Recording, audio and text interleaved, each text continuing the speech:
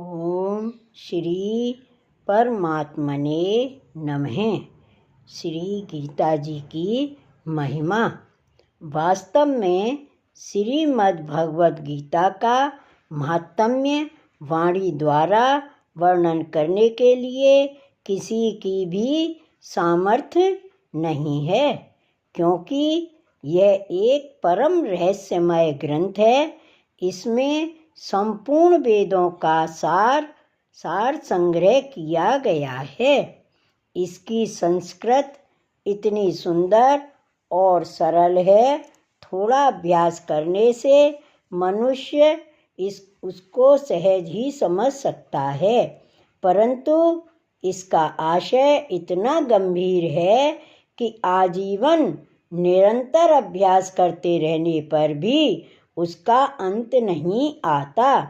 प्रतिदिन नए नए भाव उत्पन्न होते रहते हैं, इससे यह सदैव नवीन बना रहता है एवं एकाग्रचित्त होकर श्रद्धा भक्ति सहित विचार करने से इसके पद पद में परम रहस्य भरा हुआ प्रत्यक्ष प्रतीत होता है।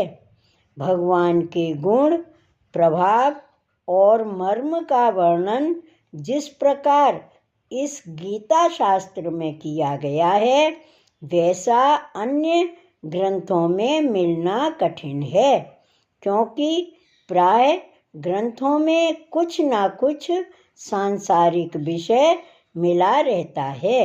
भगवान ने श्रीमद् भगवद गीता रूप एक ऐसा अनुपमेय शास्त्र कहा है कि जिसमें एक भी शब्द सदुपदेश से खाली नहीं है।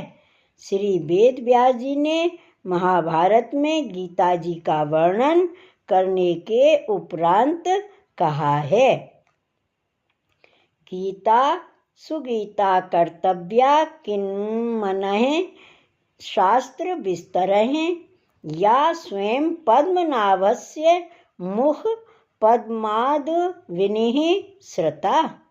गीता सुगीता करने योग्य है, अर्थात श्री गीता जी को भली प्रकार पढ़कर अर्थ और भाव सहित अंतःकरण में धारण कर लेना मुख्य कर्तव्य है, जो कि स्वयं पद्मनाभ भगवान श्री विष्णु के मुखार बिंद से निकली हुई है।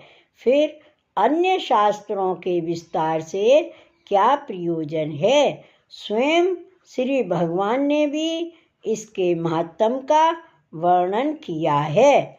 अध्याय 18 श्लोक 68 से 71 तक।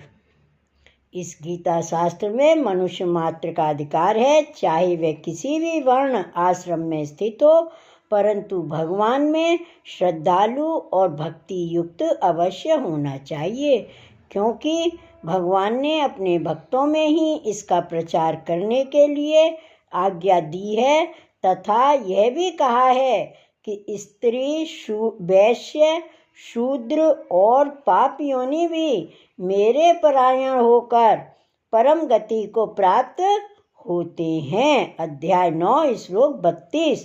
अपने अपने स्वाभाविक कर्मों द्वारा मेरी पूजा करके मनुष्य परम सिद्धि को प्राप्त होते हैं। अध्याय 18 श्लोक 46। इन सब पर विचार करने से यही ज्ञात होता है कि परमात्मा की प्राप्ति में सभी का अधिकार है।